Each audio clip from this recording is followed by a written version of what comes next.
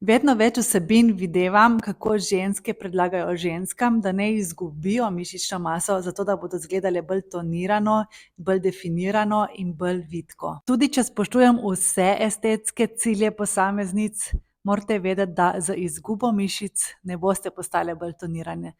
Toniran pomeni v bistvu, da zgradiš mišice. Vsekakor toniran ne postaneš s tem, ko izgubljaš mišice. Dajmo estetiko na stran, ki je v smislu grajenja mišic tukaj najmanj pomembna. Zakaj? Na kratki rok ti bo izboljšalo tvojo kožo, metabolizem, sestavo telesa, inzulinsko rezistenco, psihološko stanje, počutje, telesno sestavo in še mnogo drugih stvari. Okej, to so res neverjetne kratkoročne koristi, ki jih dobite z mišicami, ampak mogoče še bolj pomembna, ta dolgoročna zaščita, ki vam jo nudi mišica, je tisto, kar iščemo. Po 30. letu izgubljamo od 3 do 5% mišične mase. Poleg tega, da izgubljamo mišično maso, izgubljamo tudi kostno gostoto. Ne čakaj na starost, da boš v bistvu ugotovila, kako ti moč peša in da boš začela graditi mišice.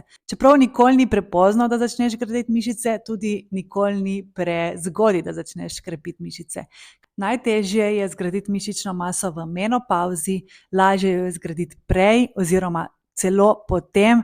Najtežje je v obdobju menopavze in takrat se mišična masa najbolj pozna pri kvaliteti življenja. Zato prosim, dej mišično maso pred vse, ker ti bo lahko rešila dobesedno življenje.